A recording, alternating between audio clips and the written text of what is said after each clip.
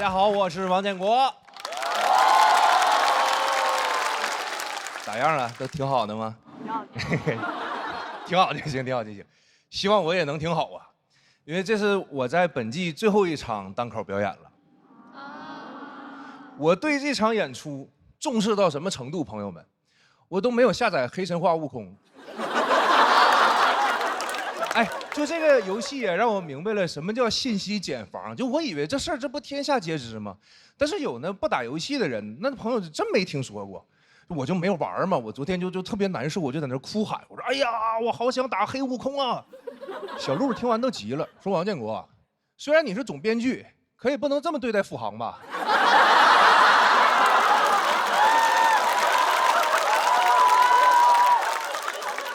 我看看我们这些个新选手们，一个一个的朝气蓬勃，真好。你再看看我，在镜头里一看，我胖的到处都是，就我脸和脖子这两坨肉啊，就在这就嘟噜嘟噜嘟噜嘟嘟嘟嘟就不够他俩嘚瑟的。谁能想到这么点地方能长出这么多东西来？而且观众看完也奇怪啊，观众会觉得你这不就是一坨肉吗？你们所有的加在一起也没几斤几两啊。当然我就是在说肉啊，我并没有在说哪两个脱口秀节目啊。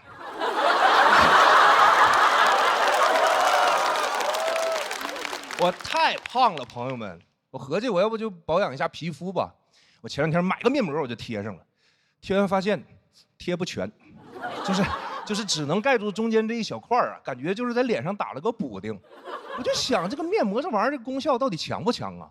如果功效过强，你说到最后容易中间水汪汪的，外面留个圈儿，就这形象好适合去代言一个马桶啊，好形象啊！然后其实我也去过健身房减肥嘛，发现没有用。你别看我好像人高马大的，我纯虚胖，我就推那个杠铃，加多小的片儿我都推不起来。那教练也有招，把那杠铃片全拆了，周围人就看到我一个大胖子躺在椅子上，在那疯狂举棍儿，黑神话悟能。我就觉得太丢人了，就赶紧跑吧，是吧？但是我胳膊抖，就练个这破玩意儿，我胳膊还抖，撑不住，坐不起来，最后爬下来的。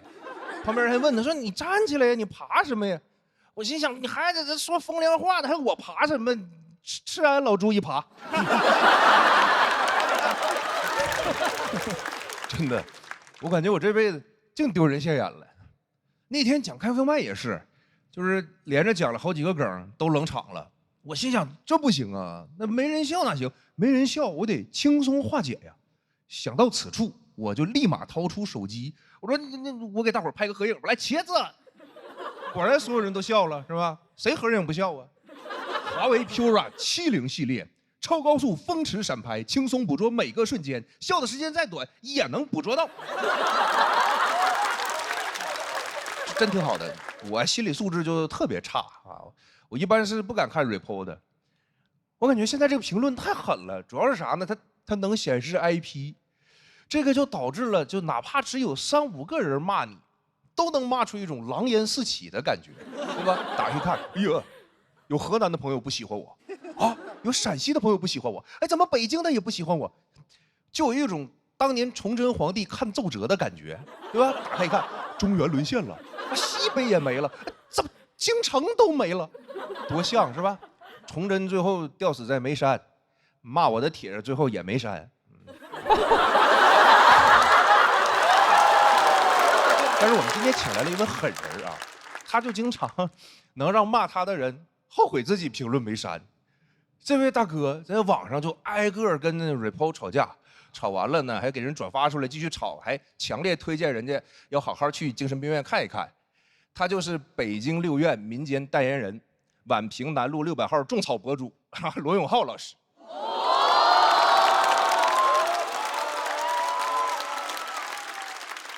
据调查显示，在网上吵架吵得最凶的有2种号，一种是小号，另一种是罗永浩。罗老师当年欠了6、7个亿啊，本来可以倒闭，结果他真的还钱啊，上演了这个著名的《甄嬛传》，还了好几个亿，但是最近好像又新欠了6个亿。你说他都这样了，还能乐乐呵呵的？哎，这可能这真就艺多不压身吧。3年欠6个亿，朋友们算了一下啊，平均每分钟将近能欠大概是400块钱。这就导致了罗永浩现在跟比尔盖茨的那个故事是一样的啊。说罗永浩有一天在路上走着走着，哎，忽然看到路对面有100块钱，他都懒得去捡，因为这一来一回的捡这100的功夫又倒欠300。不过呢，我觉得罗老师身上这一点还是很值得学习的。当然不是学习欠钱这一点啊，是学习他的内心足够强悍啊，遇到啥事儿呢都能挺过去。但如果你做不到，最后真的精神崩溃了，他也可以帮忙推荐一家优秀的精神病院。那么接下来呢，就让我们掌声有请脱口秀钮祜禄罗永浩。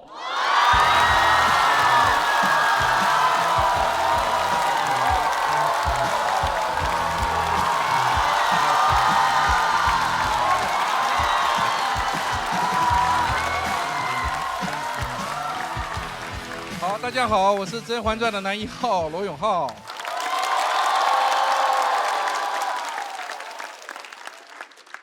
甄嬛传》启动3年，我们6、7个亿的债基本上全部还完了。本来这次想给大家呈现一个完结篇，结果一不小心又欠了6个多亿，所以现在总的债务呢已经变成了13个多亿，将近14个亿。14个亿是什么概念呢？我们小时候都有一个很傻的想法，仰望星空，心想，如果14亿中国人，每个人给我1块钱，我的人生会发生什么样的变化？你们的我不知道，我的已经知道了，14个亿也就刚好还清债务，啥也没剩。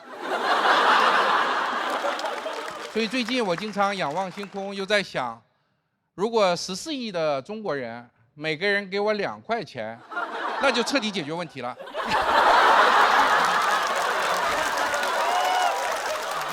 有人说你欠了那么多钱，睡得着吗？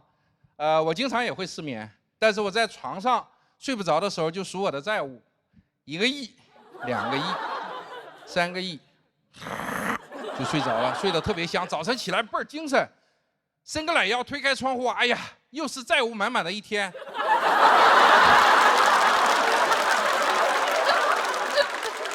特别给力。网上很多人恶心我说这胖子欠了满满1屁股债。他们关注的是恶心我和债，我关注的却是屁股的中文用法。比如说，屁股可以是名词，也可以是量词。作为量词的屁股有一个神奇的特点，就是它不叠加。一个满满1屁股债的人，不管再欠多少钱，他还是1屁股债，不会变成2屁股债。也就是说，1屁股债加1屁股债还是1屁股债，这太神奇了。如果我欠的6、7个亿的债，再加6、7个亿的债，还是6、7个亿的债，那就帅了。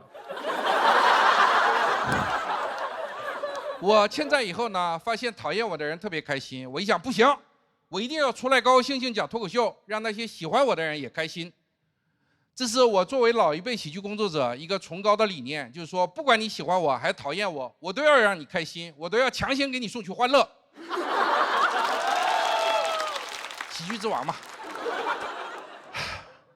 罗马的凯撒大帝，除了会打仗，也是一个朴素的文字工作者。他写过一句非常朴素的名言，非常有力量，叫做“我来了，我看见了，我征服了”，特别帅。所以我就想，我折腾完了《甄嬛传》，我这辈子也算没有白折腾，至少我的墓碑上可以刻上这样一句朴实的话：我来了，我欠债了，我还了。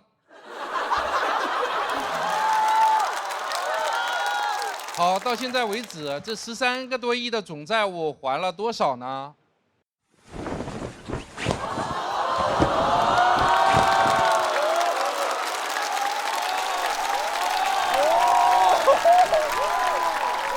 好，这13个亿的总债务，我们已经还了8.24亿。这是我的身高和8.24亿钞票摆在一起的样子，这是一个真实的比例。有人说不对，我一眼看出毛病了。按你这个比例，钞票墙的面积也太小了吧，至少差了几千倍。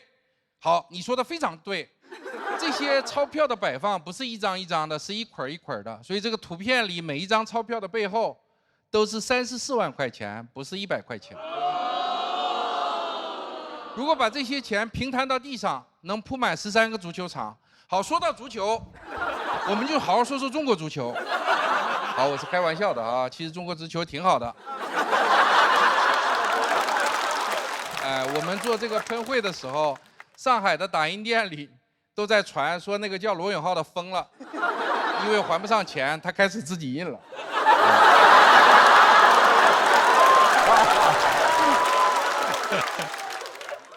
好，接下来我们会继续努力还债，请关心我们的朋友放心。希望下一次来讲脱口秀的时候，给大家献上的是《甄嬛传》第2季的大结局完结篇，而不是《甄嬛传》第3季。但是，如果你们实在想看《甄嬛传》的第3季，也不是没有可能，因为我又创业做了一个新的公司，所以呢，完全有可能。这些年，在我创业最艰辛，然后人生最灰暗的时刻，是周星驰老师的喜剧，当然还有建国、杨笠、庞博、蒋龙、周老板他们的喜剧作品，帮助我扛过了最艰难的时刻。向这些了不起的喜剧人表示我的感谢。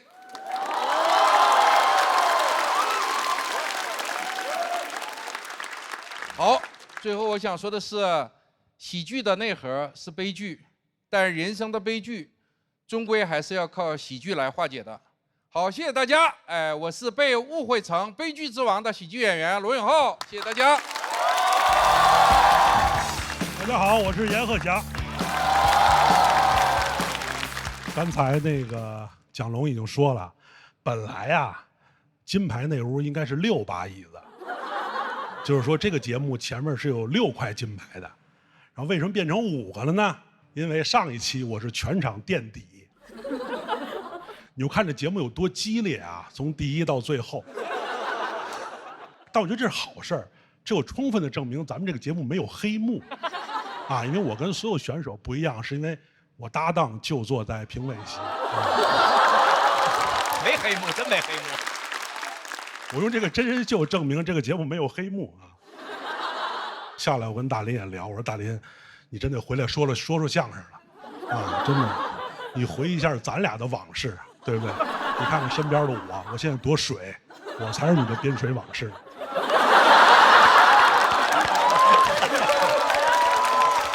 我说大林，真的，你事业上你得说相声，你不能说事业上真说家里红旗不倒，外边彩旗飘飘。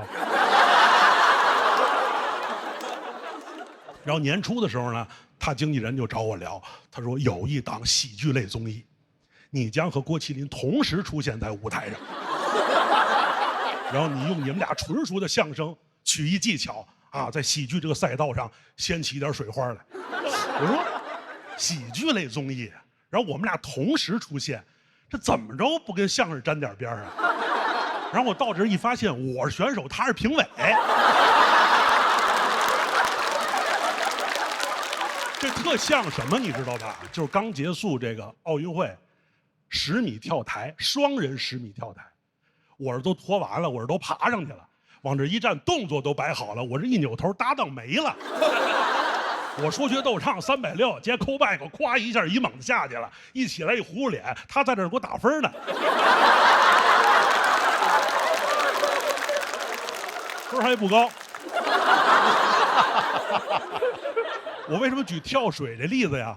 就是分不高，我也不难过，证明我在这儿水花不小。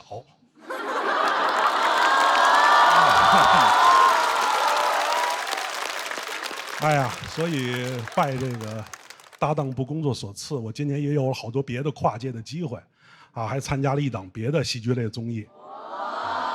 然后呢，我失去一个搭档呢，我在那个节目又获得了一个搭档，就是刚才的刘洋。我们在一个战队，刘洋对我帮助很大，这个实话实说。但是刘洋现在也很火，你要上网搜，刘洋现在的标签是喜剧卷王。就这件事儿，全国今年没有人比我有发言权，因为全中国这么多干喜剧的，和刘洋同时半年参加2档喜剧综艺的，只有我一个人。而且我是说相声的，他要是6边形战士，我就是10项全能，你知道吗？我不是个很卷的人，但是你跟刘洋在一块儿，就班里有一好学生，你不得不卷。头一季录完了，咔挺好。我下来以后，我说找刘洋聊会儿天儿，我说刘洋呢？导演说刘洋已经后采了。我也后采，后采完了。我说刘洋呢？刘洋已经回酒店了。嘿，我说我也回酒店。我回酒店，到酒店问前台，我说刘洋呢？刘洋已经收拾行李奔机场了。嗨，我说我也奔机场。到机场拎着行李，安检坐飞机到北京下飞机。刘洋在前面，我拎着行李，刘洋，刘洋。就那一刻，我是刘洋的私生，你知道吗？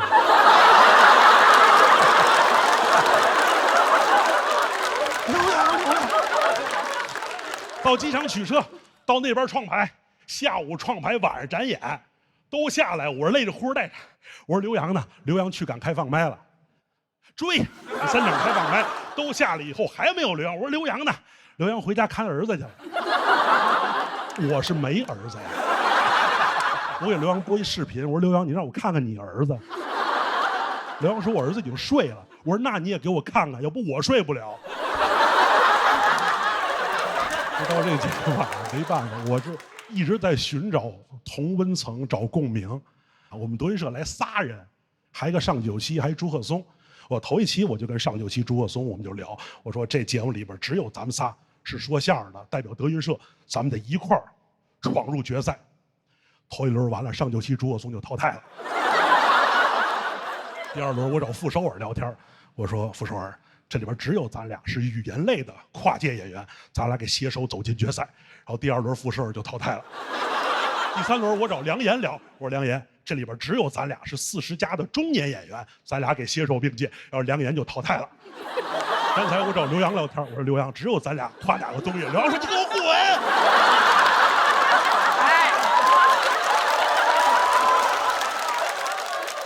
但是非常好啊，你看刘洋作品是非常不错，但是确实需要一些标签。你比如说喜剧卷王啊，包括以后能得了冠军，这个对于演员来讲很重要啊。比如说你有些人设，有的是运作的，有的是自个儿努力的。你比如刘洋这个人，真说卷王，人自个儿努力的。我这人设，比如搭档不工作，寡妇失业，这既不是我运作，也不是我努力的。有时候之前做节目我不愿意提，实话实说，咱这节目没有啊。我之前做综艺，你不愿意提呢，他导演让你提，啊，导演说燕老师您上节目，您跟郭麒麟搭档这事儿，您给多提。我说我不想提，他说您得提。我说我不想提，他说您要不提，你可以不上。我说那你告诉我怎么提？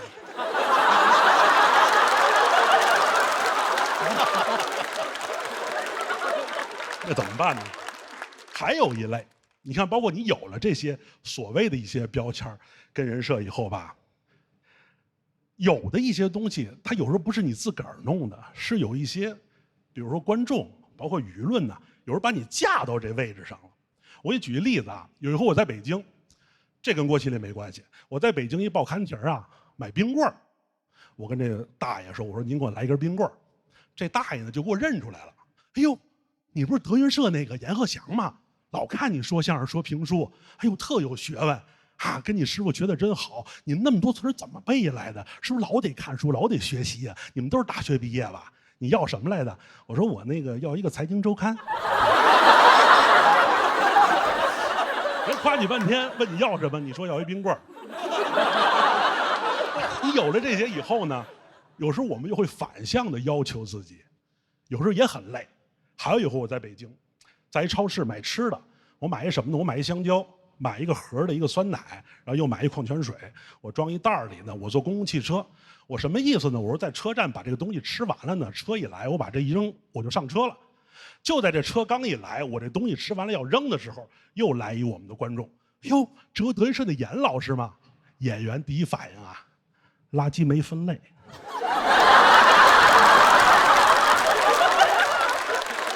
那人还等你啊，车直接就走了，那人也上车了，我这也不会分。又过来一人，哎呦，这不阎鹤祥吗？郭麒麟不工作，你都捡垃圾了。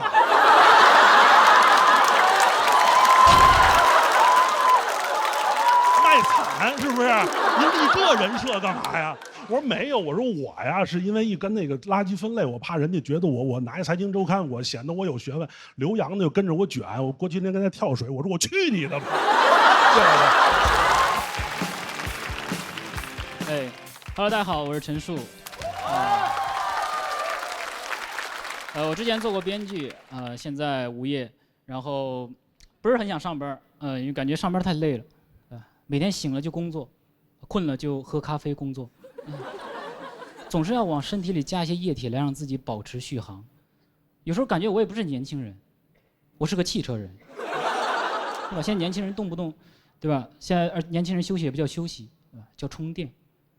新能源汽车人，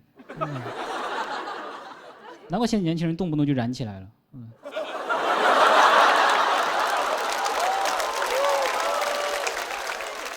我其实有时候也不太理解为什么就是上班困的时候就一定得喝个咖啡来提神，我就从来没有见过哪个在网吧通宵的人会喝咖啡，他们只吃泡面，打游戏只会让人饿，不会让人困，说明游戏本来就提神。所以我们上班困的时候不应该喝咖啡，应该打游戏。其实不想上班还有另外一个原因就是害怕。最近几年听说过很多那种加班猝死的新闻，所以现在很多那种大公司都会开始配备那种 AED 的急救装置，如果发生了猝死就能够及时的抢救回来。真好，真贴心。这样我就有更多的机会猝死了。那大公司机会就是多。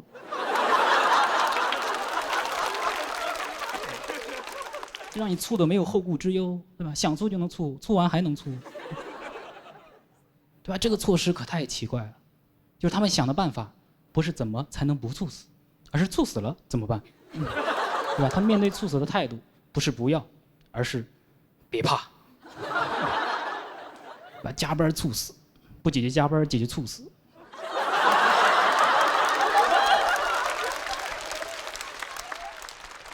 你感觉比起按时下班，还是起死回生更容易一些？我相信劳动的法律，他相信医学的奇迹。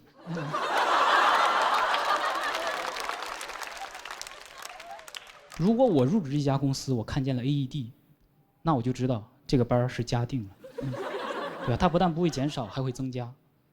因为如果我加班猝死的时候，如果要用上 AED， 那说明还有另一个人在加班呀。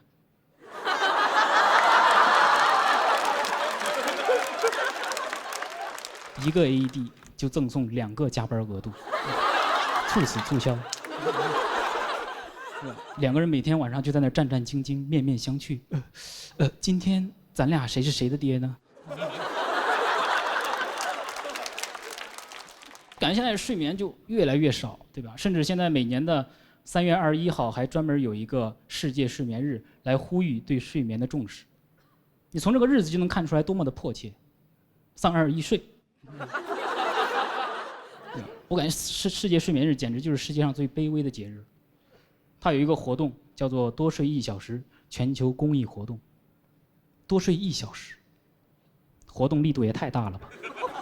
其实后来这个活动就变成了早睡1小时，也太懂事了吧。我能不能多睡1小时？不行，那我自己早睡1小时。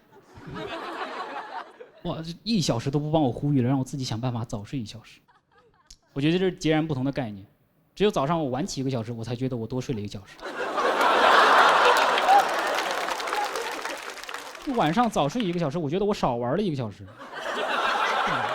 你都不知道再这么呼吁下去还有什么活动，只睡1小时。你就感觉睡个觉，多睡点觉怎么就这么难啊？我就想睡觉，我就爱睡觉，我做梦都做梦中梦，我睡觉的时候都在睡觉。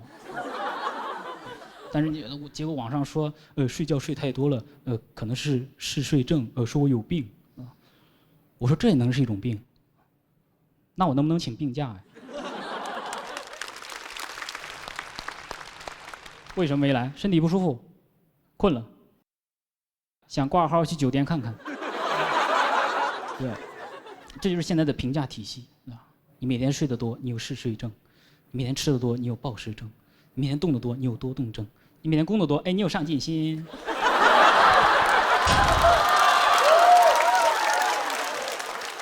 对工作的评价也太积极了吧？你提到学习和工作，都是那种正面的词汇啊，都充满了赞美之情，什么废寝忘食、孜孜不倦，我天道酬勤。你一提到休息，好吃懒做，游手好闲，为我50。你感觉从小学的那些知识也没有什么鼓励休息的，对吧？他只有孙权劝学，没有孙权劝教。什么士别3日，当刮目相看。你没睡醒，当然要刮目相看了。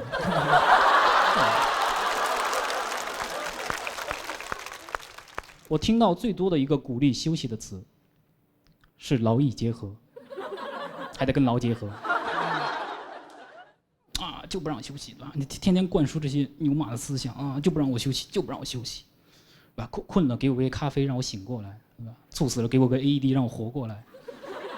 怎么地球没有我是转不了了吗？废物地球，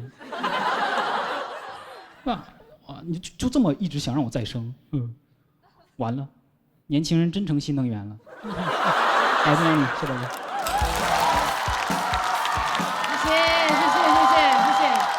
谢谢大家好，我是小鹿啊。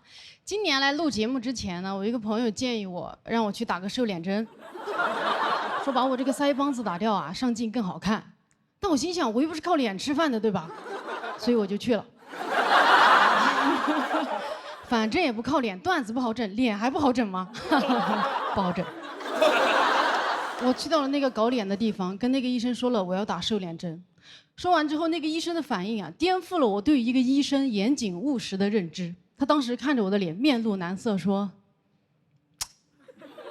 你这个脸，光打瘦脸针也解决不了问题啊。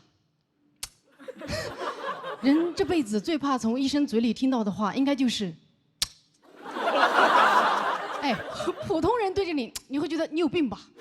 但是医生对着你，你会觉得我有病吧？尤其是一个搞脸的医生对着你，那基本就是对你的颜值打咩了，对吧？他肯定不会对着刘亦菲的脸，他只会对着他的脸。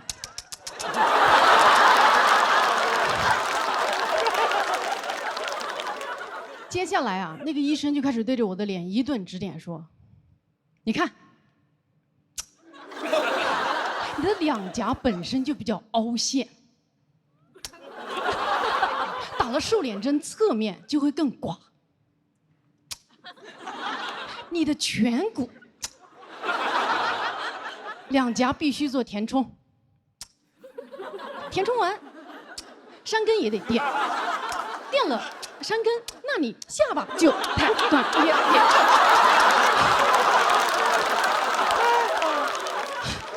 妈耶，我只是想打个瘦脸针啊！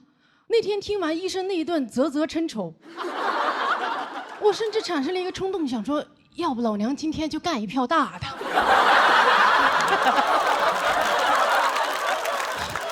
我被这个冲动吓到了，我本来只想缩脸，现在却想换头。这医生他很会搞人心态呀！你看他无中生有的给你的脸创造问题，让你焦虑，让你交费，对吧？他不像人家正规3甲医院医生一样，给你大事化小的消解问题。我希望有一天咱们走进这些搞脸的地方的时候，这些搞脸的医生能够拿出人家3甲医院医生那种务实的态度来对我。我走进去说：“医生，我觉得我腮帮子有点大。”医生说：“你看一下，这也不大呀，回去多休息。”少嚼点牛肉干就好了。我说啊，医生，那我鼻子也很扁，需要垫一下吧？医生说，我量一下，不影响呼吸吧？那没事，以后砸扁了再回来垫吧。我说啊，医生，真的不需要整一整吗？可是我觉得我整个人都很丑啊。医生说，丑什么丑啊？外面多少真的丑的人在那等着呢。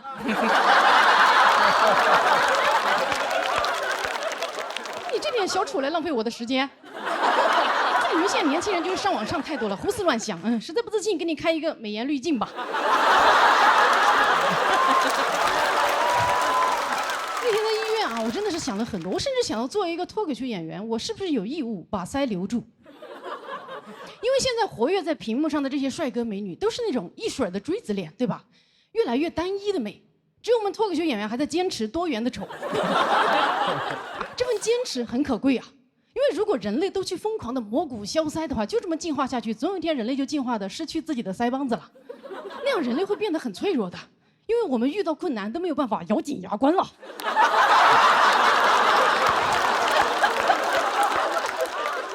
而且呀，其实丑才是脱口秀演员的安全牌。你想，如果我的人设是中国最丑女脱口秀演员，那你们这辈子都不会听到我塌房的八卦。说，哎呦，别看小鹿在台上丑成那个死样，私底下可是国色天香呀。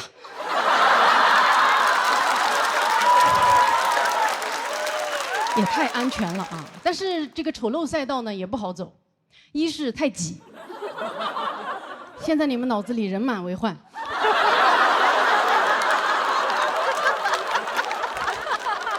二是啊，现在观众很善良，总喜欢夸脱口秀演员长得好看，就跟那些粉丝喜欢夸爱豆有实力一样。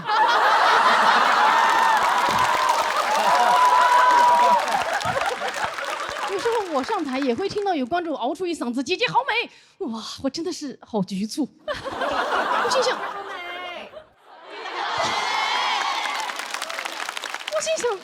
能有多美？这才哪到哪儿啊？你们吃点好的吧。大家用好美来肯定好笑，非常善良，但是没必要啊。长相普通，段子好笑，他就不值得夸赞吗？对吧？我希望以后我上台，观众能如实的夸赞我，姐姐好普 ，professional 的普，又普又好笑，做喜剧的料。那这个时候我也会真心实意的谦虚说，哎呦哪里哪里，我只是幽默而已，你们才是真的普通。哎，咱们今天观众很好啊，很能接受冒犯。因为现在啊，说人普通都已经是骂人的词了。哎，普通怎么了？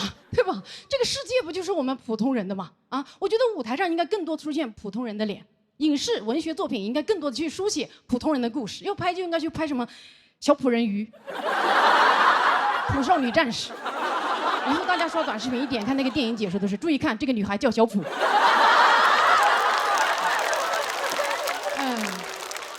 很明显啊，我最后没有换我的头。因为我享受做一个普女，就很稳定，有一种那种有编制的安全感。我不想再努力了，但是我非常钦佩那些还在为美丽努力的人啊。而这些为美丽努力的人，居然被骂什么整容脸、假脸，我觉得太没有天理了。整容脸，那不就是天道酬勤吗？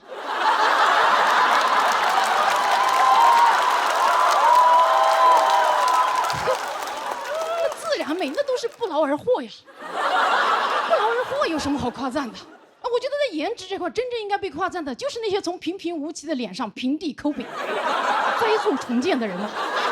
我觉得所有换了头的偶像明星就应该大大方方的告诉自己的粉丝，自己原来长得什么鬼样，这样你的粉丝才会知道他的 gay 有多努力呀。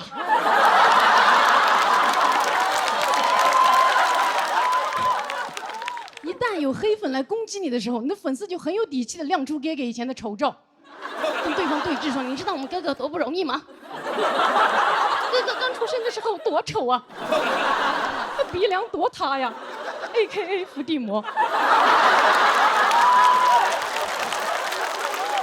哥哥的山根垫了整整8次才垫起来，练习生5年，哥哥在医院躺了4年半。”给给一直在微笑着面对，给给完美微笑背后是什么？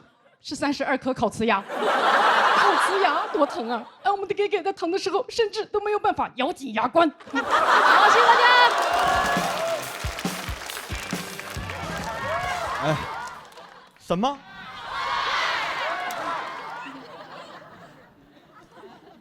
我什么词儿？大家好，我是新仔。想必第1期都看了吧，也比较了解我的表演风格了，是吧？哎呀，我的一些朋友呢，看完之后对我的评价是：新仔，要不你该干嘛干嘛去吧，别祸害脱口秀了，别人干啥你也干啥。我说我一开始就是讲单口的，他们说你讲了吗？你不就演了吗？整的跟艺考现场似的，你都多余写那些词儿。你就应该上来直接说大家好，接下来我给大家塑造一个酒蒙子，你都不用说大家好，你就应该说各位导演好啊，你直接试戏不就完了吗？咋的？最近接不着活了？我说你别说得我贼尴尬。但同时呢，我也想到了很多小时候的事儿。我从小就很喜欢表演，高考的时候也参加过艺考，当时老师给我们的考题是让我们每一个人都表演一种动物，我们10多个人，有演老虎的，演猩猩的，演蛇的。到了我这儿，各位老师好，我叫詹鑫，接下来我为大家表演的是一只猫，一只看见主人在和其他猫玩的猫。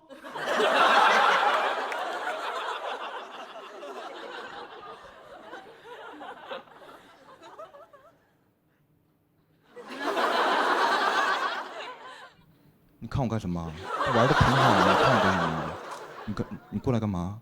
你别跟我玩啊！你别跟我玩，你别碰我啊！你别碰我啊！你再碰，你再碰，你别碰！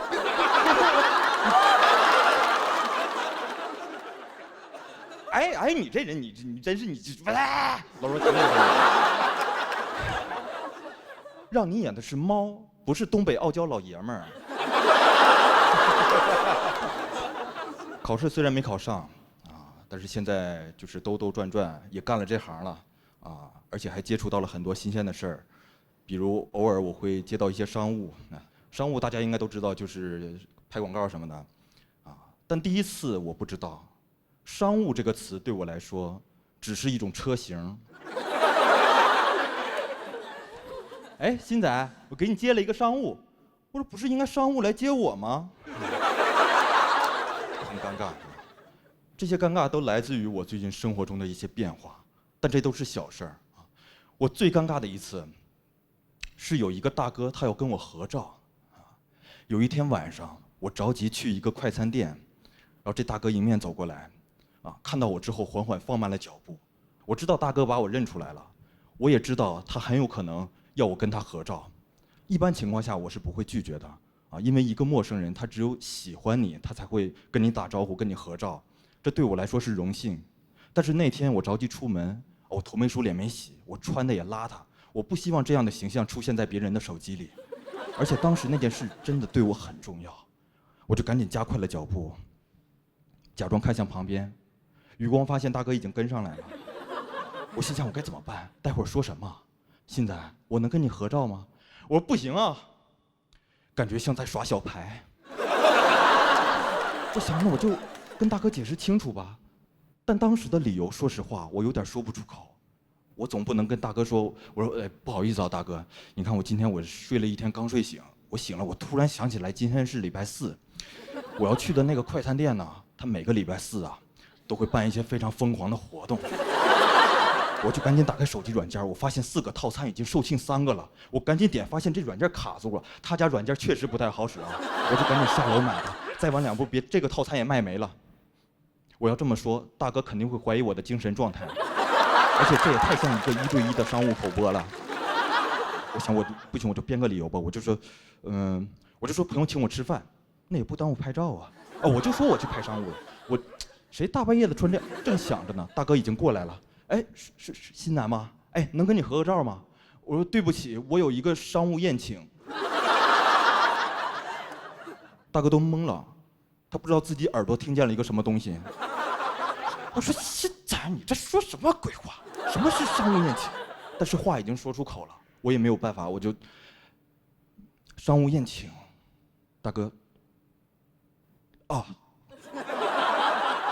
谢谢啊。一回头，发现肯德基已经近在咫尺了。众所周知，在肯德基办商务宴请的只有初中生啊。当时只有10米，我就放慢了脚步，一边走，一边在心里估算大哥离开我视线范围的时间。走到门口，我心想应该差不多了吧。一回头，发现大哥正拿手机拍我呢。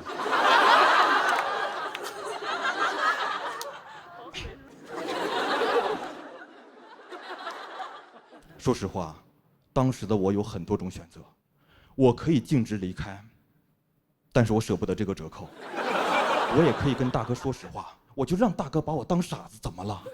但是我没有，因为我时刻在以一个演员的标准要求自己。这场戏从商务宴请就已经开始了，生活处处是舞台。当时我来不及多想，我一咬牙一推门，哎，大侄女，生日快乐！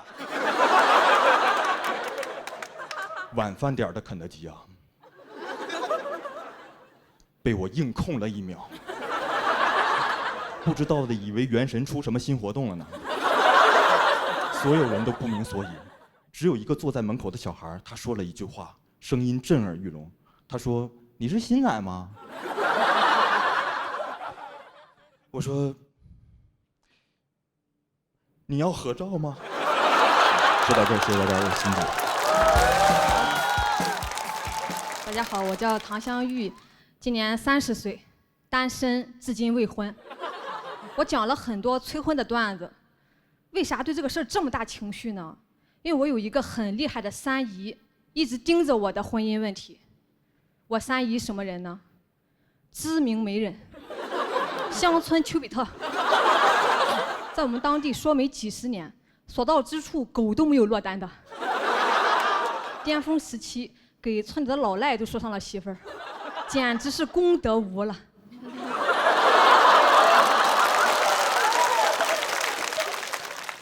但我一直不找对象，很影响三姨的口碑，所以他现在是个男的都先介绍给他外甥女，不管有啥毛病。太厉害了，我觉得他已经不能称之为媒人，他是猎人，狩猎范围相当广，既能给我联系到上海外企的白领，又能给我找镇上2婚养牛的。养牛挺好，2婚也可以，主要我小时候被牛顶过，受过伤。他又长得咋说呢，跟牛魔王一模一样，长得太敬业。三姨劝我了，说你别挑长相，人条件不差。我说那是啊，将来带出去，谁不说一句你对象是真牛？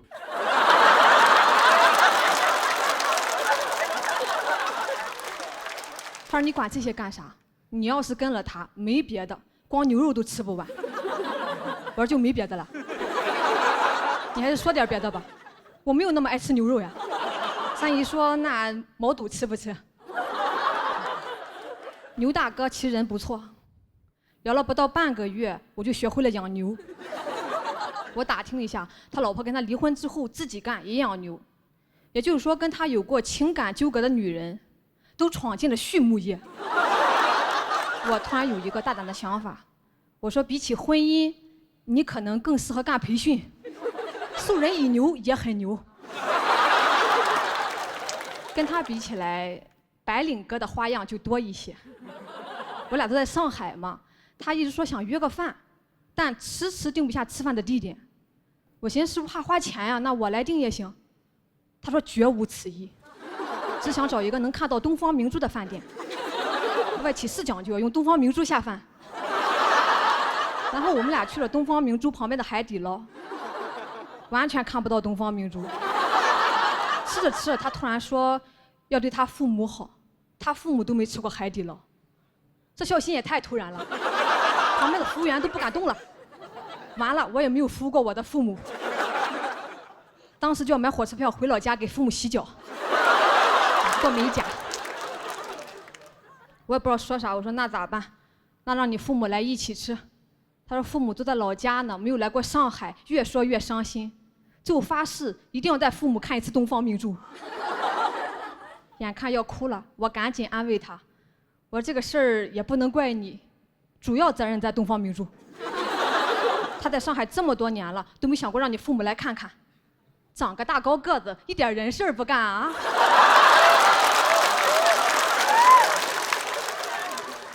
当天晚上就把我拉黑了。把三姨也拉黑了，三姨气坏了，说人这是孝顺，你挑啥？我说跟他在一块儿，我觉得我不孝顺。他爸妈没看过东方明珠，我爸妈还没坐过航空母舰呢，这去哪说理去？太伤人了。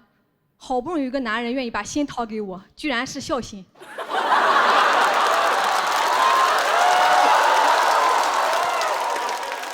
我也想跟三姨好好说话，像从前那样。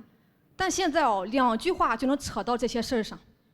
前2天给我打电话聊起来，说一起跳广场舞的认识了一个姨，脾气好，人也勤快，要是能给我当婆婆就好了。我想问那个姨做错了什么？那个姨甚至都没有儿子呀，就要给我当婆婆了。这是什么模式？消失的他。老公已经这么没用了吗？哦，人问我你老公呢？我说还没出生呢。太独立了，咱们独立女性就找独立婆家。好像一切努力都是为了找个好婆家，从小就这样。结婚真的太重要，有什么好东西也要留到结婚。我们家有一床蚕丝被，距今已经有13年的历史。我说我这辈子没盖过这么好的被子，能不能盖一下子？说行，结婚时候给你。现在不行，我不得不去查了蚕丝被的使用禁忌，是不是未婚盖了不吉利？什么蚕这么厉害？哦，脑残啊！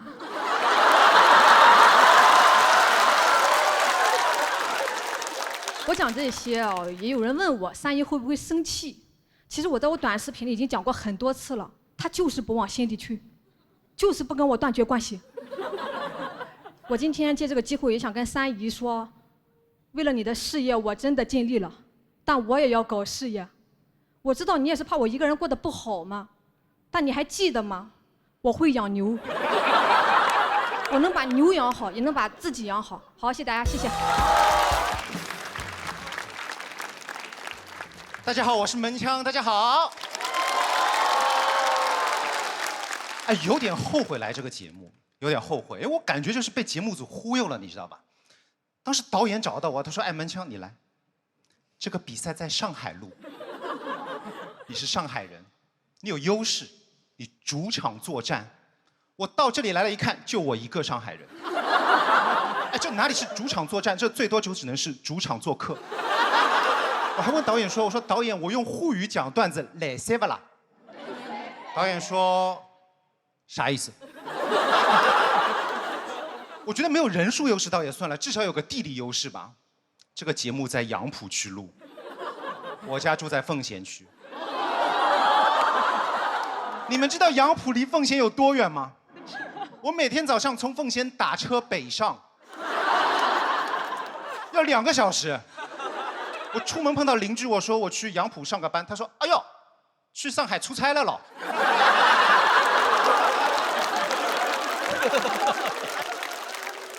而且我特别害怕节目这种陌生环境，因为我很怕不能融入，你知道吧？我很怕不合群，很担心被排挤。大家知道的，上海人在上海就最怕被排挤。多虑了。来到这里，很多演员都很亲切地问候我。他说：“哎，门枪，你辛苦了啊，辛苦你一个上海人要排挤我们这么多人啊。”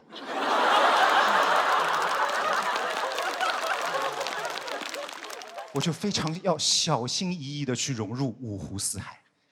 我观察了一下，东北演员特别多，于是我用出我的毕生所学的东北话去搭讪他们。我主动给他们推荐我们上海的本土的传统美食——咖啡。我用东北话推荐，我说：“哥们儿，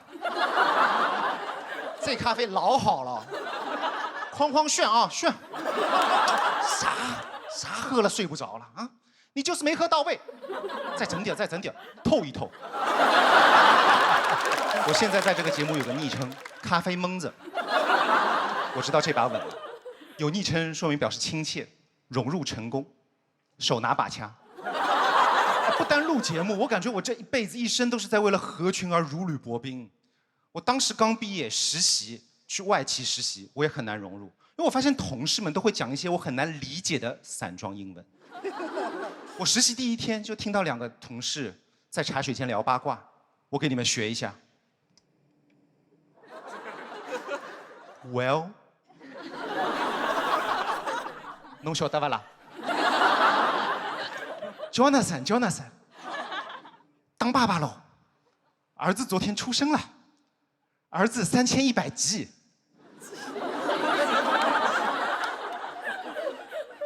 3100G， 他儿子是个移动硬盘吗？后来我才反过来，哦，3100克。哦，你们初中物理也不是很好呢。这外企真的太帅了，一定要说3100G，我不能说6斤2两吗？我还想，如果万一以后我上班遇到一种紧急情况，就肚子疼想方便啊，万一卫生间正好没有空位，我是不是也要用外企的方式去求助啊？我是不是要这样求助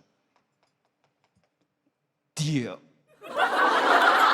我这里有一些 situation， 你的 project 能不能 ASAP？ 求求你给我点 feedback， 我真的要到我的 deadline 了。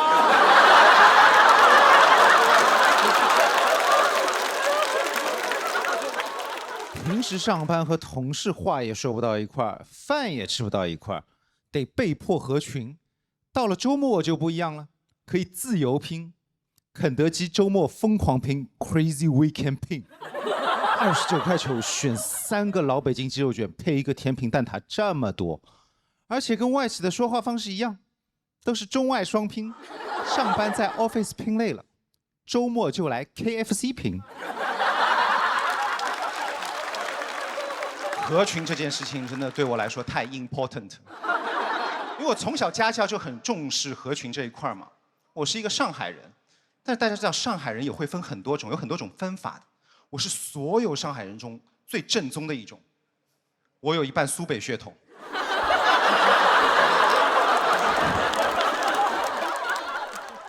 这个主要是继承自我的嗲嗲，因为很多上海市民往上倒3代都不是本地的，都是从外地迁移过来的嘛。现在讲到苏北，大家会挺开心的，感觉很开心。但以前不是的，以前我爸爸常因为他是苏北人而自卑，所以他一直关着我。他说：“门枪，你去读书，千万不要让同学知道你是苏北人，要合群，知道吧？千万不要让同学知道你是苏北人。”我说：“我知道了。”然后上课的时候，真的有同学问我，他说：“门枪，你是哪里人啊？”我说：“巴斯苏波冷啊。”露馅了，我爸就很不开心，但是我知道现在长大，我就知道任何地方人都很好，上海人很好，苏北人很好。我现在而且特别喜欢苏北口音，我觉得苏北口音有一个很大的优点，就苏北口音很有松弛感。我是怎么发现的啊？我女朋友小程，100%苏北血统。她在家里护肤的时候，她会这样跟我讲，她说：“门枪，你去帮我拿一下那个雅诗兰黛小棕瓶。”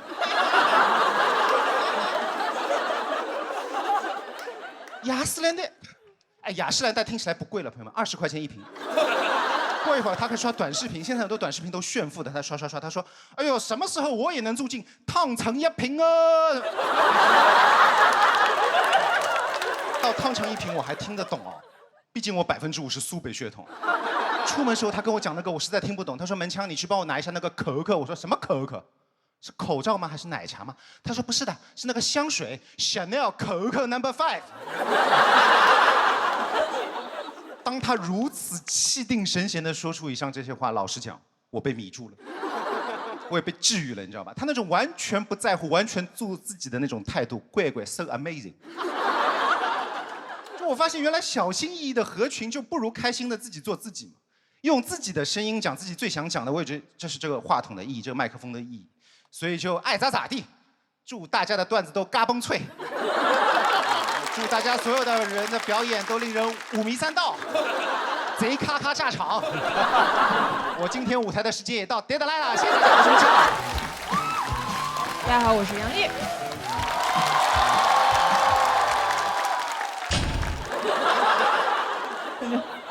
确实有点上年纪了，你知道，比不动了。而且刚刚国仔也说，这是我们就是作为这个身份最后一次在这个节目中表演脱口秀了，但也是我本人最后一次参加脱口秀比赛类的综艺了。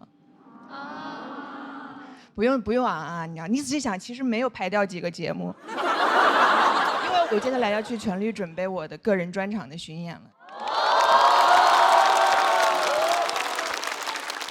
承诺大家好几年了，今天终于要兑现了，对吧？我下定决心回到剧场的原因也很简单，就是我想收大家点钱。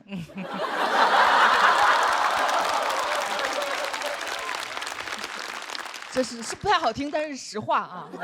因为最后一次演，我其实也想跟大家说一些真心话，就是自从我入这一行以来，最常听到的评价就是敢说。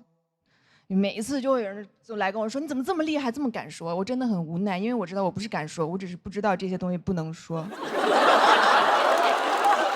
很多人说自己的成功靠幸运，反正我是真这么觉得的。就是等我后面知道这些东西不能说的时候，已经来不及了。因为哪怕我有的时候想说点好话，我有的时候想说，其实有些男的某些方面也挺好的，所有观众都会说哈哈哈哈，反讽。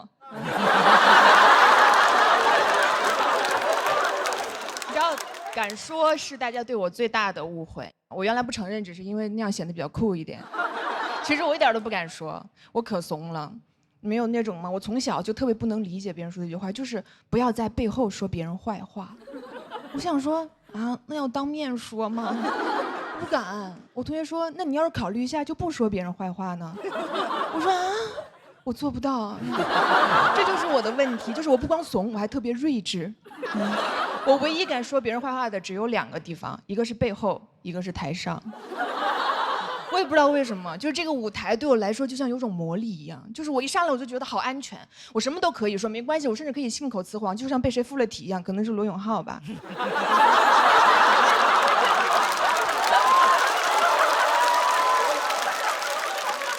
就是我一站在这儿，我脑子里仿佛就有一个声音在说：“杨丽没事儿，你谁都可以骂，谁也不能拿你怎么样，怎么？这个段子好像会提到前公司的一些恩怨。”我可以讲吗？你可以讲，因为你是罗永浩啊。你不光现在可以讲，你10多年以后还可以讲。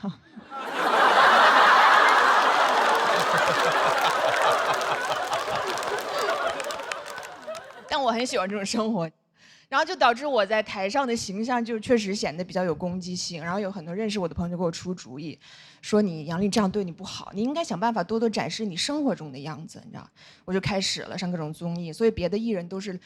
就开始说那种希望大家多多关注我的作品，离我的生活远一点。只有我每天在那儿，希望大家离我的作品远一点。但怎么办？后来我就给自己想了一个办法，我给自己定了一个原则，就是我就说我这样，我以后除了上台上讲段子以外，我就不在任何场合吐槽别人，我只夸别人，对吧？比如说我要是看到一个什么剧啊、电影好看，我就上网夸他，对吧？这样总不会出问题了吧？直到我有一年过年看了一个我觉得特别好看的电影，叫《满江红》，我觉得很好看，我就分享了一下，大年初1就上热搜了。有些朋友很不开心，就觉得我为什么要夸一个这么不尊重女性的电影？头像点进去以后，发现大部分都是女生。我当时就看着想说 ，OK， 其实往好了想，是不是说明被我分裂的2个群体，其中有一部分已经被我亲自弥合了？最起码，他对在我这个人的看法上，他们已经不再对立。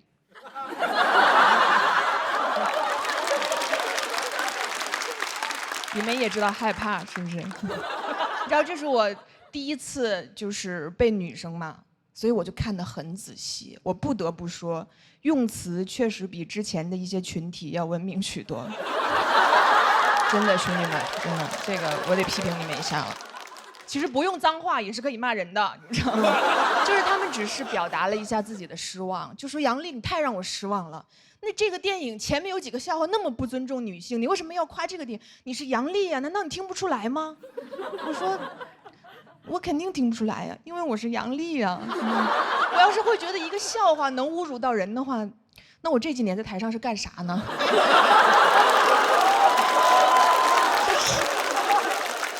这个人是不是有点太次了？就是我的标准不光不正确，我还不统一，是吧？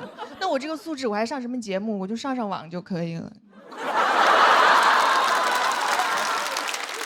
但我其实都能理解。我觉得每一个人来表达自己情绪的时候，前提是他首先受到了伤害。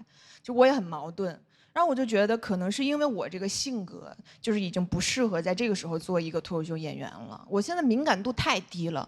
我太大大咧咧了，我不适合做脱口演了。其实我最适合的是脱口秀观众，对吧？就是我听什么都不会生气。所以各位演员，你知道，不管你们什么段子，网上别人怎么说，以后放心给姐讲。那你们的段子我来守护，我保证不会审判你们任何人。当然有一天如果要让考上法官了，我就不能保证了。其实我很长一段时间，我心里觉着我根本不在意这个事儿。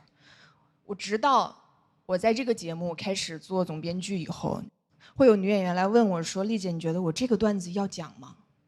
我发现我说不出口，我不知道该怎么跟她说，因为我没有办法放松地判断这件事儿，我心里满满的都是担心。就是我让他们讲吧，我担心他日后的处境；我不让他们讲吧，我担心他们演出的效果。你们懂吗？你知道，就是总有人来跟我说，哎呀，你没事，杨丽，你以后就讲点别的呗。我每次都想说，行，你别再说了，因为我就不会讲别的。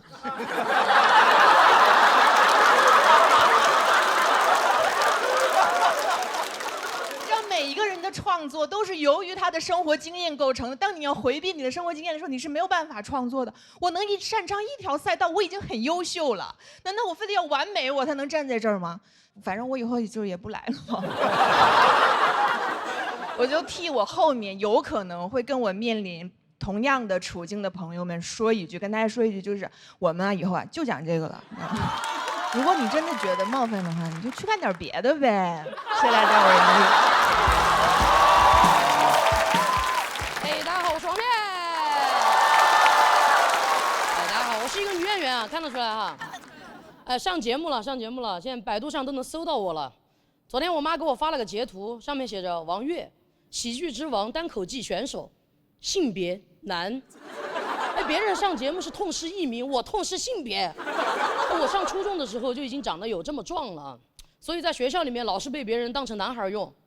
有的时候开学嘛会换教室，把我分配去抬桌子凳子，我一口气抬了40多张啊，把我累的都有点微微出汗了都。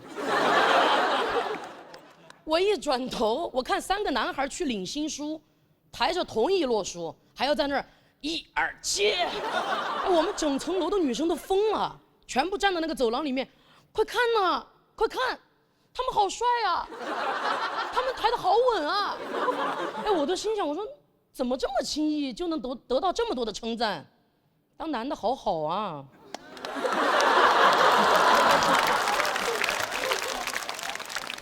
别人讲这个可能有点阴阳怪气了，但我是真羡慕啊。我确实我很喜欢我自己，没有觉得有什么不好的。但是我发现很多的人真的很爱研究我，就大家老是在网上讨论什么男性凝视、女性凝视，我觉得我是被男女老少凝视。就每次跟我说话的时候，对面的人就会不自觉的从我的头发看到我的喉结，再看到我的胸膛。就不管我在讲什么，对面的人永远都是短头发，没脖子，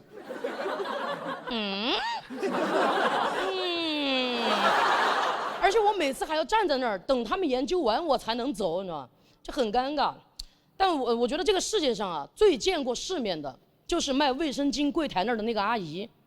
我也是会来例假的哈。我每次往那儿一站，她看都不看我，直接过来问我平时量大吗？我说阿姨，你要不要看看我？你没有什么别的疑问吗？她说有，平时量大吗？我觉得在这么一个需要凝视的地方，这个阿姨居然选择了无视我，而我觉得好有安全感啊！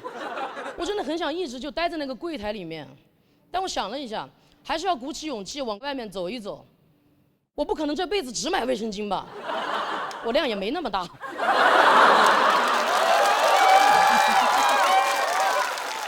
超市那么大，我想去看看。而且很多人都说小朋友3岁看到老，我3岁你们能看到吗？我妈都看不到。我妈在我3、4岁的时候给我订了一门娃娃亲，就是我们隔壁家的男孩啊，20多年了，我们2家人就各自搬迁，再也没有见过面。前段时间他们一家人突然就去成都旅游了，突然就去我们家拜访了，这个事情对我们双方来说都挺突然的。我是最后一个知道这个事情的。我下班回去的路上接到我妈急匆匆的电话，她说你下班了吗？赶紧出去躲一躲，千万别回来。我说怎么了？怎么了？她说大3天一家人来了。就是男主，他比我早出生3天啊。我们邻居都管他叫大3天，管我叫小3天。这就是最早的情侣 ID。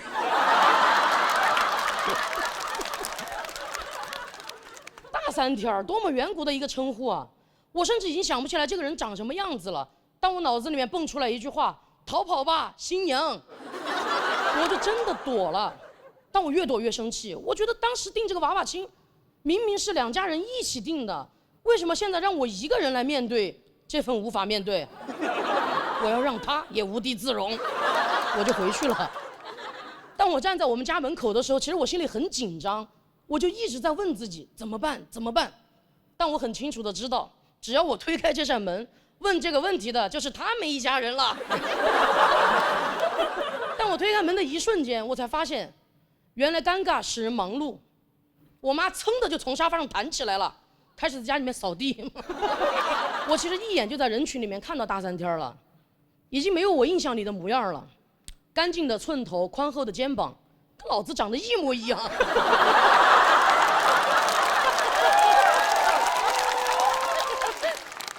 怎么还长出夫妻相了呢？是吧？哦，不是刘仁成啊，不是刘仁成啊。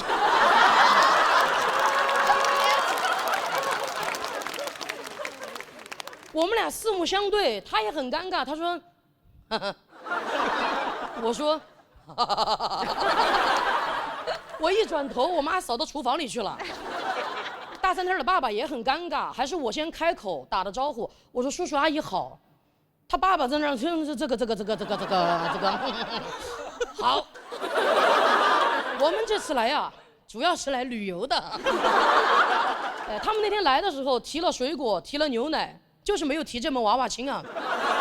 就我能感觉到他们一家人其实挺传统的，但我那天凭一己之力，我就让他们一家人都意识到，有些传统就是糟粕。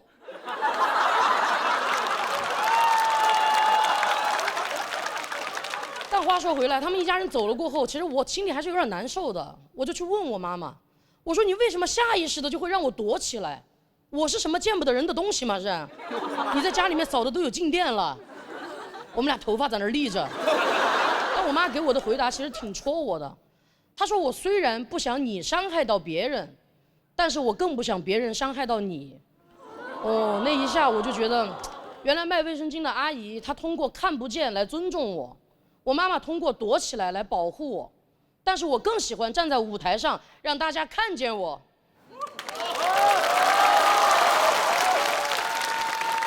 什么男女老少宁无所谓，我就站在这儿，大家可以尽情的凝视我。谢谢大家，我是王悦。哎，大家好，我是刘仁成。咱们节目终于播出了。我也可以享受这种掌声了。说实话，现在整个人的状态呢就是有点膨胀。我现在是回去看门窗啊，我只能打膨胀螺丝了。就连我们总导演都过来敲打我说：“刘仁成，咱们节目拍的是从小人物到喜剧之王，不是从小人到喜剧之王。”你说了一点，我说好的，小人知道了。人嘛，难免会虚荣。前两天参加一个饭局，有个人说特别喜欢我们节目，我说那你可以开始夸我了。他说不好意思，我有点脸盲，我对不上号。我说没事儿，给你2个提示：门窗、江西，想起来没？啊，好像有点印象了。不过门窗不是上海人吗？我说那是门腔。我怎么记得？胖子门腔。不像话吗？如果大家实在跟他一样分不清楚我跟门腔，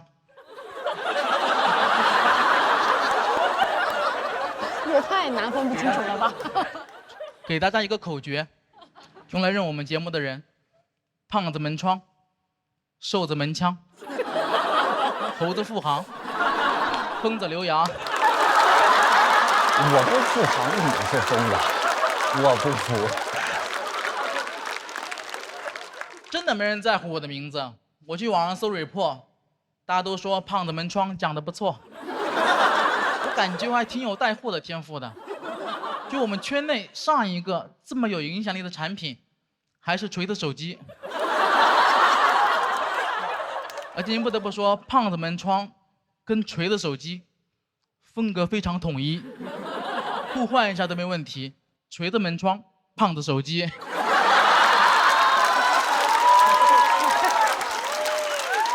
但大家还是记一下我的名字吧，我挺喜欢我的名字的，刘仁成，我非常喜欢这个名字，因为按照我爷爷本来的想法，我应该叫刘仁彤，我也不用说是哪个彤，我哥叫刘仁刚，我堂哥叫刘仁铁，大家能发现起名规律了，非常传统的家庭，家谱是元素周期表，万磁王来了直接灭门。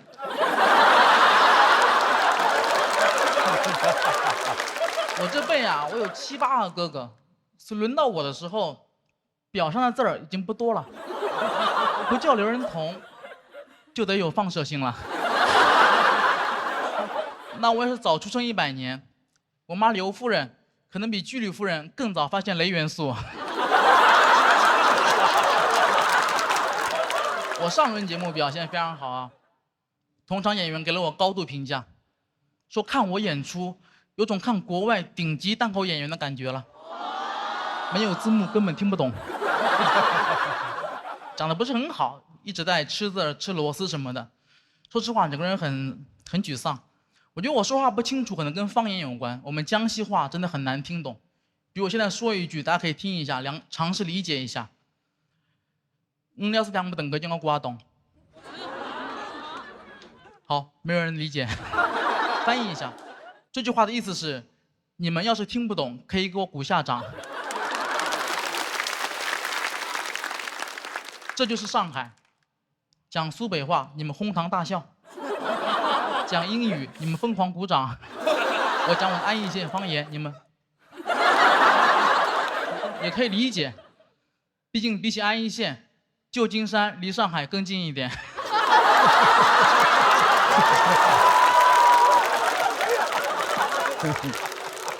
而且你们听我们这个方言的特点，这个语流，这种感觉，小时候。每次跟小朋友角色扮演亮剑的时候，我不是姓山本，就是姓龟田。我就很羡慕你们口音很有特点的人，什么北京人啊、东北人，你们在外面很容易听出来谁是老乡，我就不行，我也听不懂。我们的方言县跟县之间就无法沟通了。我想确认别人是我老乡，我得听很久。有一次吃饭，我认真听了2个小时，才勉强确认，是一桌日本人。我现在压力真的很大，因为节目组上轮结束之后，命令我找一个普通话老师，一共就20多天，一边写稿，一边还要练习普通话，整个人有点崩溃了。经常写着写着自言自语：“刘仁成，你是不是江郎才尽了？”不可能，我不是江郎，我是刘郎，刘郎年年恋刘娘。还买了66栋楼，买了66篓油，最后找牛奶奶买了榴莲牛奶。刘郎没有才尽，刘郎在练绕口令。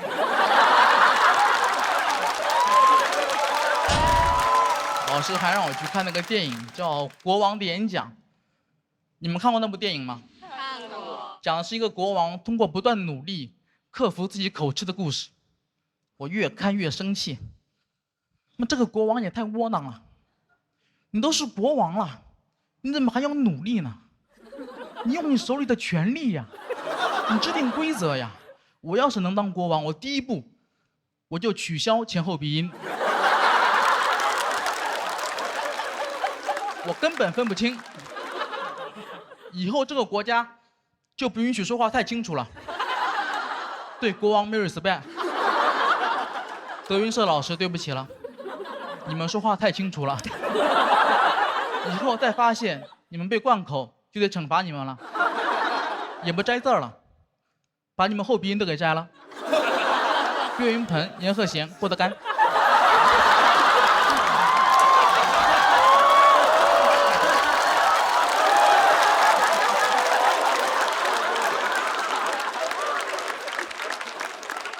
很难有比这个更好笑的段子了。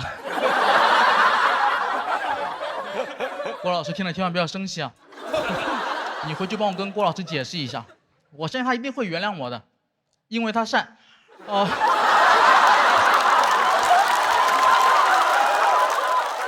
解人意。这个段子杨丽跟我说能讲。这还可以承担。能讲。我最后再说一句啊，其他人在拜拜。人很奇怪是吧？因为这句话就我上一轮真实的表现。我上一轮演出太糟糕了，最后一句话就这么说的，所以我等了24天，就是想等一个机会，我争一口气。我不是想证明我了不起，而是要证明我失去的东西我一定要夺回来，我吃掉的字儿我要一个一个吐出来。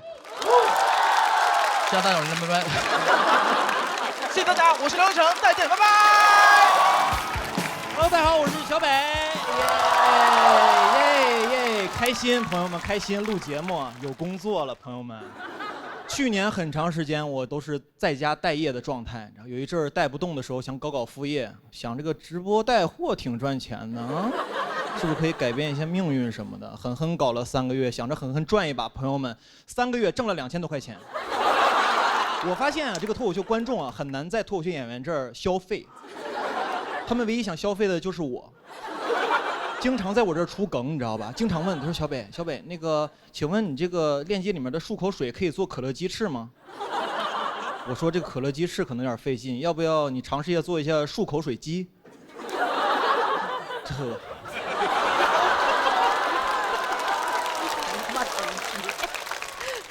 很多人还有人问我，他说：“小北，你为什么不卖点美妆产品？之前不是做过美妆博主吗？”我说我是做过，后来不是转行了吗？有点忘了。以前那个腮红画在脸颊，后来不是画在鼻头了吗？以前是小美，现在是小丑。为什么不赚钱还直播呢？是因为直播有个隐性福利，就是会送一些小样什么的，你知道吗？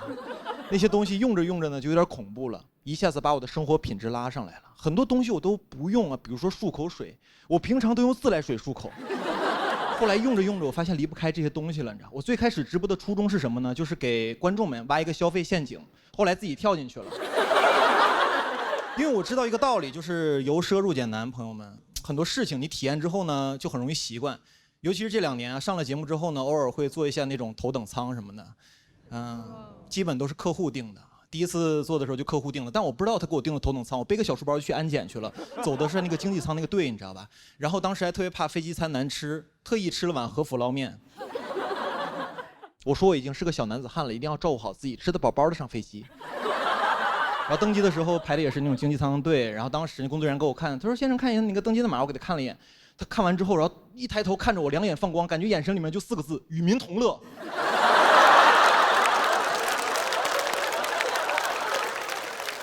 然后我就继续往那个经济舱走，走的时候，然后空姐在门口说：“哎，先生，看一下你的位置。”我看了一眼，她说：“哦，先生，你应该往左走。”我说：“左面是货舱吗？”他说您是头等舱。我说我是头等舱。他说对，您是头等。我说我是头等舱，那感觉就是哇，哥们儿，你混出头了，你知道吧？然后往左走的时候，说实话，当时还是穷人思维，你知道吗？往头等舱走的时候，我在心里想，我说这客户也太乱花钱了。我说订个经济舱就行了，你可以把钱折给我呀，对吧？但是当时还是想体验一下，到了头等舱之后非常新鲜，然后当时坐在那儿，这个很多东西都不一样，空姐也不太一样，你知道吗？当时我刚坐那儿，空姐啪一下就跑过来，然后过我旁边了，当时我都懵了，我说你要跟我求婚吗？还是？然后他非常熟练地说我的信息，他说：“你好，请问是林先生吗？”我说：“对。”他说：“这个飞机是从上海飞往北京的。”我说：“对。”他说：“您是第2次乘坐我们航空公司。”我说：“对。”我说：“你怎么问我这么多问题啊？那个我还是河北秦皇岛人。我是13年读的大学，17年毕业，后来找不到工作讲脱口秀。对，我说这个东西也不是我定的，我是客户给我定的。我要是不行坐后面也行。那个我说你蹲着累不累？要不你坐会儿，我蹲会儿。然后呢，其实也没有问这么多啊，就是很关心我。然后他问我，他说：“先生，我们一会儿有这个头等舱特殊的餐食，你要吃吗？”然后看了一下，很丰盛。但我说我刚才吃了和府捞面了。他说：“哦，您的意思是不使用餐食了是吗？”我说：“我可没这么说哈。”别吃。然后呢，我就开始，他又走了，我就开始参观那个头等舱。头等舱确实很贴心，准备了很多东西，小毛毯、小枕头，还有小拖鞋，我都用了用。拖鞋我也换上了。虽然那天我穿的就是拖鞋，然后那个椅子特别舒服，还能躺下，我就躺了几分钟。然后空姐马上过来说：“啊，先生，您是要休息一会儿吗？”我说：“啊，对，我想躺一会儿。”他说：“一会儿呢，用餐时间还要叫醒你吗？”我说：“一定要打扰我。无论如何，必要时可以心肺复苏。”说实话，我还是不太放心他，因为毕竟是第1次见，我特意定了个闹钟。但话说回来，朋友们，人心里装事儿，确实睡不着觉。然后当时就特别无聊嘛，我就特别好奇，这个头等舱的旅客一般坐飞机的时候干嘛呀？我就看了一下，那很多商务人士穿着西装革履，打开笔记本啊，开始写，就是办公什么的。当时我看的时候，我说我也办会儿工啊，我把我那小平板打开了，你知道，我说我准备写会儿段子。朋友们根本写不出来，一点负面情绪都没有。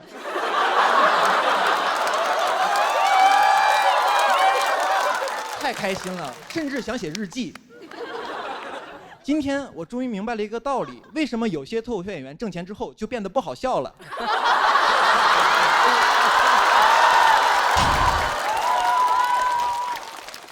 朋友们，头等舱真的很舒服啊，但是我每次做完之后都特别害怕，因为我特别怕自己习惯这种生活。每次做完头等舱，我要跟自己说小北，头等舱这种服务不属于你，经济舱才是你生活的常态。因为我这2年最大的感受，朋友们，就是世事无常。很多事儿体验着体验着，你就没有机会再体验了，你知道吧？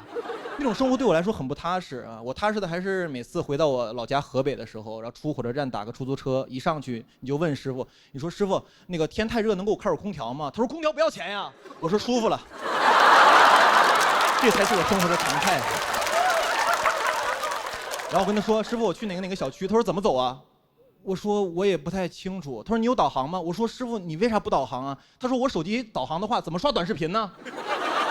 当时我坐在副驾，司机不知道方向，只有我知道方向。我觉得我是这个出租车的领航员。朋友们，做什么事儿不重要，知道方向才重要。谢谢大家，我是小北，谢谢。大家好，我叫史岩。最近参加这个节目，感觉自己成熟不少。开始刮胡子了。第1期的时候，化妆老师就跟我说，他说要剃一下唇毛。剃唇毛。我说你想给我刮胡子就直说。他还安慰我，他说你现在这个吧还不构成胡子，现在就只不过是有点明显，现在纯是毛，纯毛。哎呀，怎么形容我现在这个心情呢？就是一个即将步入更年期的一个女性，现在突然要面对青春期男性成长的烦恼了。所以我现在没事我就摸一摸自己这个硬茬，我就跟我自己说，我说史岩，你真是个硬茬。我之前我就想，我说不都说是容貌焦虑吗？现在怎么还整出来绒毛焦虑了呢？我前一阵儿听说那个谁，听说贾冰老师都开始做腋下管理了。我说啥是腋下管理呀？我在一个物业公司上班，我们公司就只有下半夜管理。我说咋的了？贾冰老师要打更去了？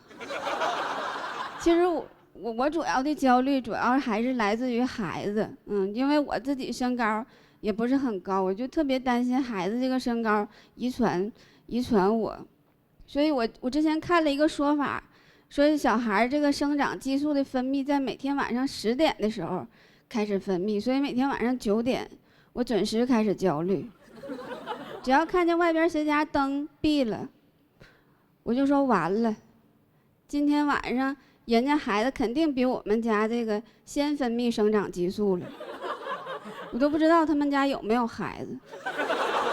然后我就开始生气，我说爱迪生为啥要发明电灯啊？叶绿素都是白天分泌的，大树高不高？大树都白天长个儿，你长个个儿你就大大方方的长呗。分泌生长激素分泌啥了？分泌了一些偷感。所以我有的时候就想，我说你说如果爱迪生不发明电灯，是吧？小孩们都能按时睡觉，完了也不用熬夜学习了。另外的话，你有灯没有电，灯也不能亮啊。我说电谁发明的？电是富兰克林发明的。现在我单方面认为我成宿睡不着觉，责任全在美方。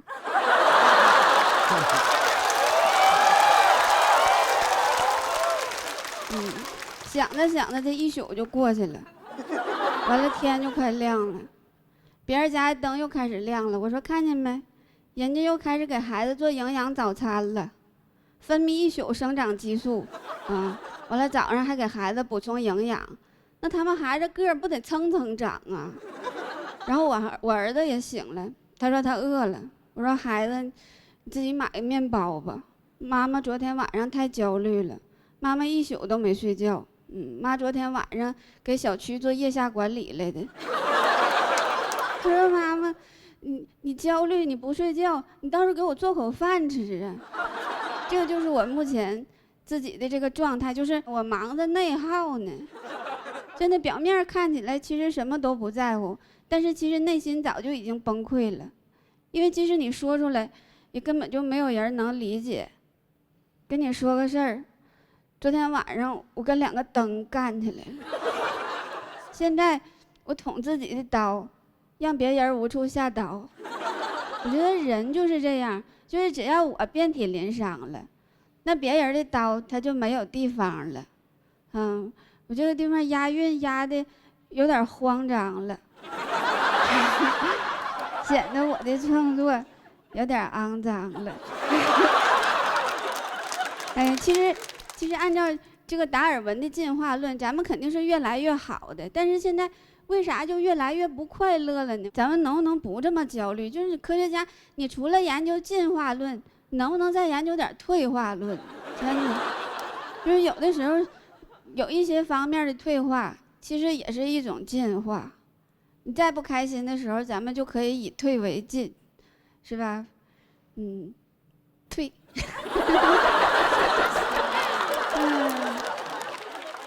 什么容貌焦虑？退。但是我一想到刚才的这个表演，他没有于和伟老师好笑，我就还是睡不着。讲到这儿吧，谢谢大家。好 ，Hello， 大家好，我是南瓜啊，谢谢。我的职业呢是个外卖骑手，最近在录综艺啊，就感觉像做梦一样，住的豪华大酒店，吃的自助餐，穿着漂亮的衣服，见到明星老师们，这种感觉就像我酒店的面一样，新鲜美味，回味无穷。我也不知道叫什么面，我就叫它世面。我前2天跟着节目组去了一趟香港，我是跟着他们去见周星驰老师的。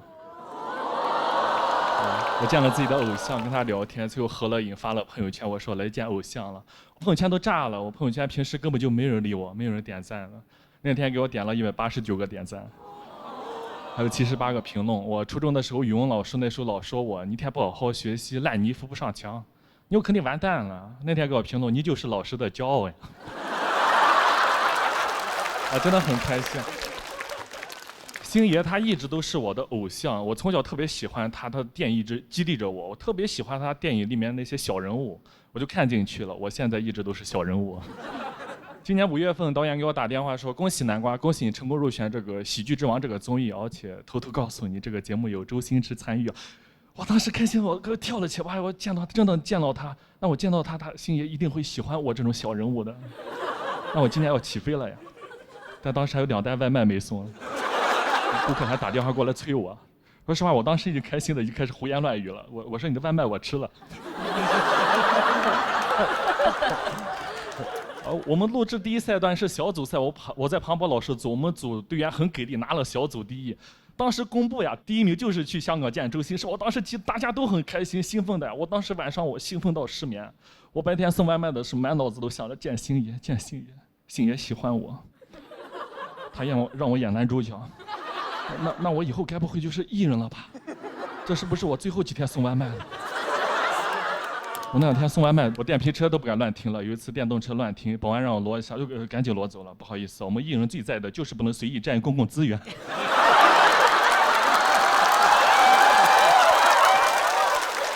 我在上海送外卖，有很多一起送外卖的同事跟我同甘共苦，关系都特别好。但有一个骑手跟我关系一直不好，他在背后说我坏话，蛐我。让他知道我要去见星爷，他跑过来巴结我，哇，你要去见星爷呀？那你火了以后，苟富贵莫相忘呀。我说行，以后等我发达了，有我一口肉吃，我都下单让你送。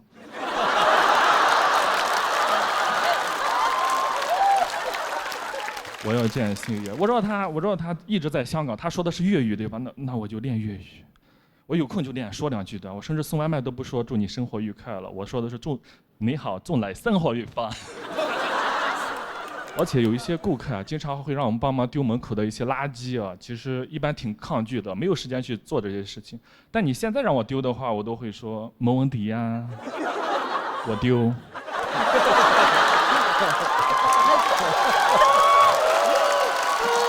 学坏了你。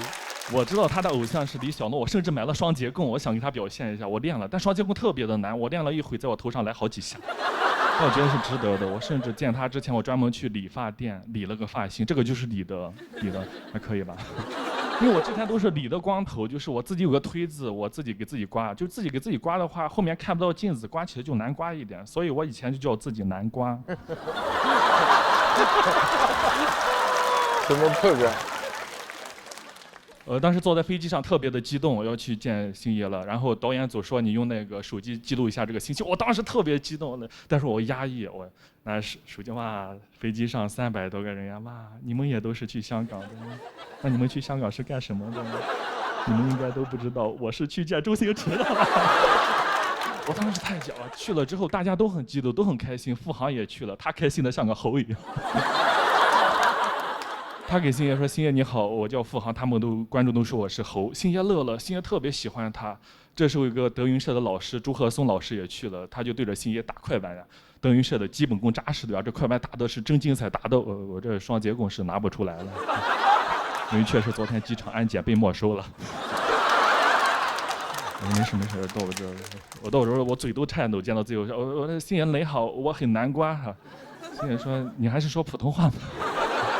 我说我是南瓜，我是个外卖小哥。他说你外卖小哥，我演过外卖小哥。我说我知道，你演的是那个《破坏之王》里面那个何晶莹，然后有自己喜欢的女生，通过自己的努力，然后打败了坏人，逆袭跟那个女生在一起了。我现在也是外卖小哥，我也有自己喜欢的女生啊，她现在也嫁给别人了。星爷笑了，给我鼓掌，给我鼓掌，他笑了，只给我鼓掌。我当时特别激动，我就知道他一定会喜欢我这种小人物的。我甚至结束的时候，我们一起合影，星爷还跟我说：“你挺有意思的，土豆。”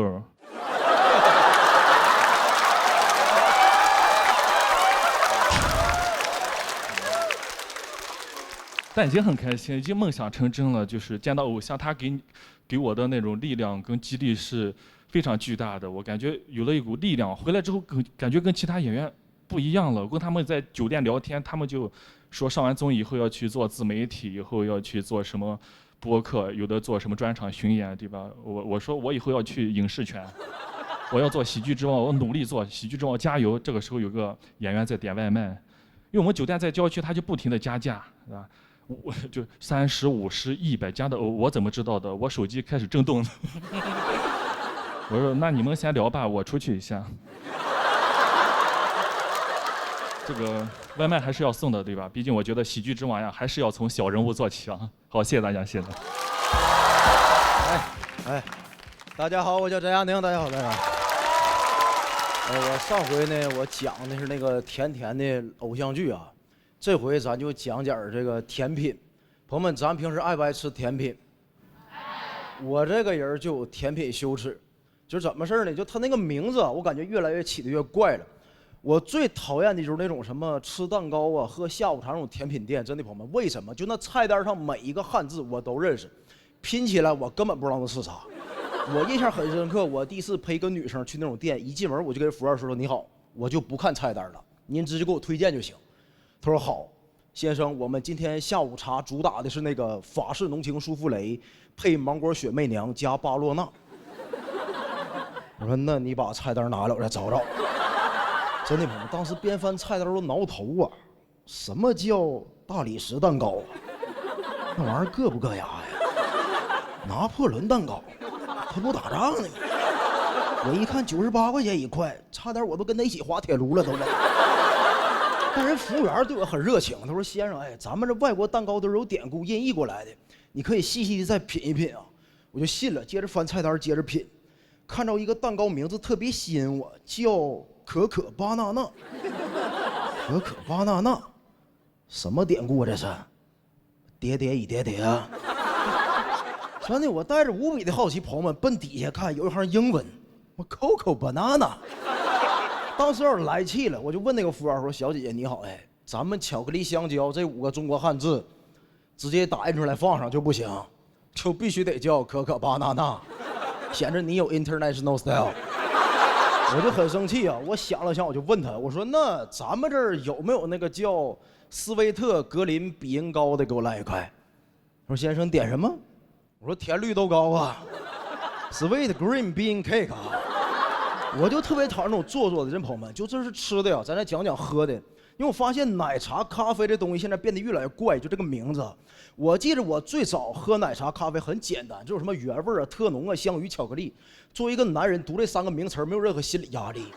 伴随时代不断的发展，行业的不断的卷，朋友们，哎，你们知道有一种香叫鸭屎香吗？完了，有一个咖啡叫 Dirty。我一点不夸张，朋友们，我见过一个招牌那个咖啡叫鸭屎香 Dirty。香字在里边显得格格不入，真的朋友们，我从来没见过谁，就这是我认识最帅的帅哥，叫秃头美 ugly 了呢。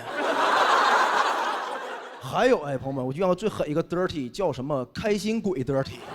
你知道开心鬼 dirty 吗？为什么叫开心鬼？里边加了开心果，王建国都不敢这么谐音，真的朋友们。真的，那我下回去天津，我就跟老板说，老板给我来2套煎饼鬼子。不要香菜，多加鬼子，炸透，把鬼子炸透啊！我要吃10个。完了，朋友们，你发现没？最近这几年奶茶名字就变了，现在奶茶名变得越来越长，越来越可爱，长的可爱已经彻底不敢读它了。我记得有一次午休的时候，一个女同事让我陪她去那叫某茶呀，一进门说：“哎，张亚宁来，给我来杯左边第2排第4个那个。”真的，我从来没见过那么长的奶茶名，我都以为我近视眼重影了。你们喝过吗？那奶茶居然叫芝芝梅梅茫茫桃桃去。我说这得多大个杯能装了这么多东西啊？真的朋友们，就那名但凡再长一点都敲回车下来。就我这辈子第一次看到那杯奶茶名字叫芝芝梅梅茫茫桃桃的时候，我都以为那杯奶茶是为了纪念李清照的呢。咱们能理解吧？就寻寻觅觅，冷冷清清，凄凄惨惨戚戚，芝芝梅梅茫茫桃桃。这3杯2盏淡奶让我喝的，这一个嘎子了得！我没忍住，对那个前台就竖起大拇指，你真棒！还有婉约派奶茶。但朋友们，我跟你讲，就当我以为就一杯奶茶可爱到这个地步，萌到这个地步都极限了，直到后来那个女同事领我去那叫录什么像的，咱们知道吧？那个地方是不是都黄了？现在黄的好啊！我跟你讲，带鹿什么像的，在我的脑海里，在我的家乡东北，他敢开店带鹿名，他只可能应该是卖鹿角的。一进门还是张亚宁来给我来杯那个右边第2排第5个，我从来没见过那么可爱的奶茶名，那奶茶居然叫小鹿丸奶泡扑哩茶。朋友们，我跟你讲，没有任何一个成年人类敢在大庭广众之下完整的朗读小鹿丸奶泡扑哩茶。我就跟那个前台说，我就看见没，就那个小鹿丸最可爱那个。最讨厌就是那前台，他回头看菜单啊，先生就这个，这杯奶茶都没完呢，你可以往里边继续添加红豆跟糯米，它就升级了，变成我们店里边的顶配爆款网红奶茶，叫小鹿丸糯叽叽奶泡扑哩茶。我滚啊！我做梦都想不到我点了个彩蛋出来了。糯叽叽这仨字出来以后，我感觉整个人变得脏兮兮的。就那个服务员对我热情的态度，仿佛在跟我讲：“就先生喝完小鹿丸糯叽叽奶泡扑哩茶，马上能变成快乐的巴啦啦小魔仙啊！”今天早上我谢谢各位，谢谢。